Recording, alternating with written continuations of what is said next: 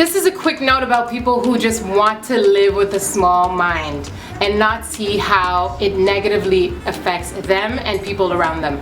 I come from a small town, yes, I was born in Montreal, which is a big city, but then lived for a long time in Ottawa, which was much smaller than it is today. But I find that a lot of people with small town mentality or just a small community mentality don't appreciate the beauty in other communities, other races, other cultures, you name it. And so I find that this is hurting the rest of our world. If we don't take the time to see, Ruby's shaking my camera, sorry.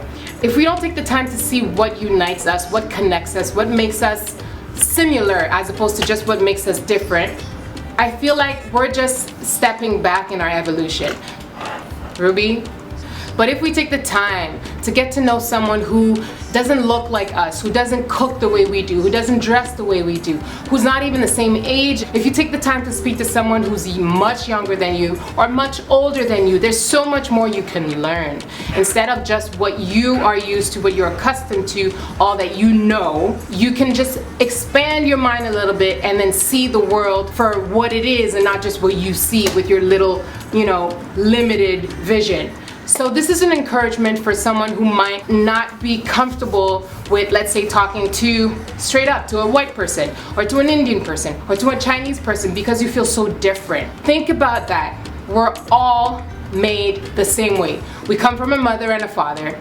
We come from vaginal birth for the most part, or whatever way, you're in a womb and you come out into this world. So that already shows you that we're all the same from the get-go. We all have blood, we all shed tears, we all laugh, we all have fears, we all want to do best for our families, we all fall in love, we all have our hearts broken, we all face death at some point, we all face diseases. We're all the same and we're all connected. So if you take the time to speak to someone who is much different than you, who comes from a different background than you, you're gonna see how much more there is to this life. And I feel like by doing that more and more, we can make our world this better place that we all talk about, that we wanna do.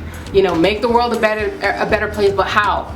By getting to know people that you don't normally know or that you typically wouldn't be around. Because then you see what makes us human, you see what makes us connected. And then that way we can relate, and then that's how I feel racism can be eradicated, slowly but surely. It's not impossible. If you know the experience of a black person, from being around them, from understanding them, then you have more appreciation for them. And then now you start seeing other black people differently. If you start getting to know a white person, you start understanding their mentality and their view of the world. And it's not just the one group who thinks the same way. Yes, there are racist people in the world. Yes, there are people who are out to get others. But there's so much innocence, there's so much love that we don't try to have access to because we just put everybody in boxes. So this is coming from a black girl living in Toronto, Canada, who has lived in many different places, made friends with all sorts of nationalities, young and old, and has come to this conclusion.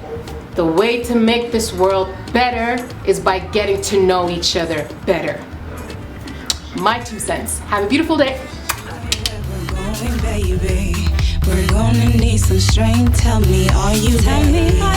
Just wanna show you just how I get down. Come share my little world if you wanna know me.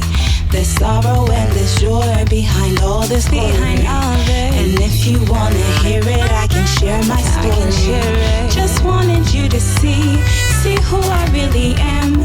And if you ain't too scared, 'cause all this mystery. Ooh, la, la, la.